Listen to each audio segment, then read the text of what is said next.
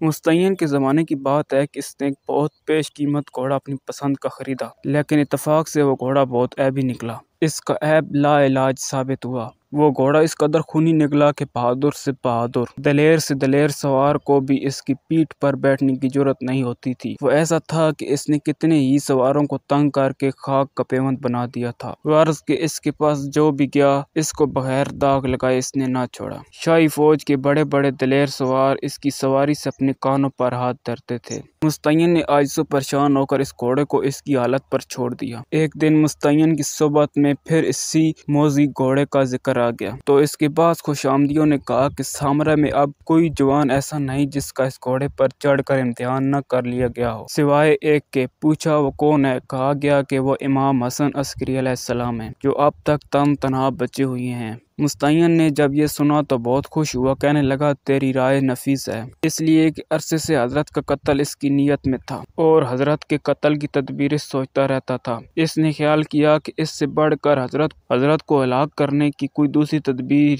ہو ہی نہیں سکتی، لہذا اسی وقت انہیں بلایا جائے اور اس خونی جانور پر بٹھایا جائے۔ نتیجہ یہ ہوگا کہ گھوڑا ہلاک کر ڈالے گا اور میں حضرت کے قتل کے الزام سے بالکل بری ہو کر بچ جاؤں گا۔ بس ایک ملازم کو فوراً حضرت کے پاس بھیجا اور کہا کہ حضرت امام حسن عسکری علیہ السلام کو اپنے ساتھ لے کر بہت جلد آ جائے۔ یہ سنا تھا کہ وہ خادم 11ویں امام کی خدمت میں حاضر ہوا اور کہا کہ آپ کو خلیفہ نے طلب کیا ہے اور ابھی میرے ساتھ چلیے۔ جو ہی حضرت نے سنا فوراً اٹھ کھڑے ہوئے اور کچھ تعمیل نہ کیا اور اس کے ساتھ کسرِ خلافت میں تشریف لائے۔ مستعین نے جب حضرت کو آتے دیکھا تو استقبال کیا اور مرحبا مرحبا کہہ کر آپ کو بہت تعظیم و تکریم سے اپنے پاس بٹھایا۔ ادھر ادھر کی باتیں کرنے کے بعد کہنے لگا کہ ذرا میرے گھوڑے پر بیٹھ جائیے۔ جیسے ہی حضرت اس کے پاس پہنچے اس نے اپنی گردن کو جھکا دیا۔ جب حضرت اس پر سوار ہوئے تو کسی قسم کی اس موذی گھوڑے نے شرارت نہیں کی اور نہ ہی کسی قسم کی شورا بختی اس نے دکھائی۔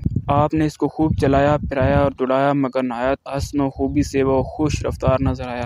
جب خوب اچھی طرح حضرت اس پر سوار کر چکے تو اس کو واپس لائے اور اتر پڑے۔ مستعین نہایت استعجاب سے پوچھنے لگا اے ابو محمد آپ نے اس گھوڑے کو کیسے پایا؟ آپ نے فرمایا میں نے اس سے بڑھ کر خوش رفتار اور خوبصورت دوسرا گھوڑا آج تک نہیں دیکھا۔ اس نے کہا یا حضرت پھر یہ گھوڑا حاضر ہے۔ آپ نے فرمایا میں اس گھوڑے کا مستحق نہیں، گھوڑے کا مستحق وہی شخص ہے جس نے تجھ کو میرے بیٹھنے کے لیے اس گھوڑے پر رائے دی تھی۔ عرض کیا یا ابو محمد نہیں آپ اس کے مستحق ہیں۔ یہ کہہ کر وہ گھوڑا حضرت کی نظر کر دیا۔ میں امید کرتا ہوں آج کا یہ خوبصورت واقعہ آپ کو پسند آیا ہوگا۔ اگر پسند آیا ہے تو ویڈیو کو لائک کر دیں اور اس طرح کے مزید واقعات سننے کے لیے ہمارا چینل سبسکرائب کر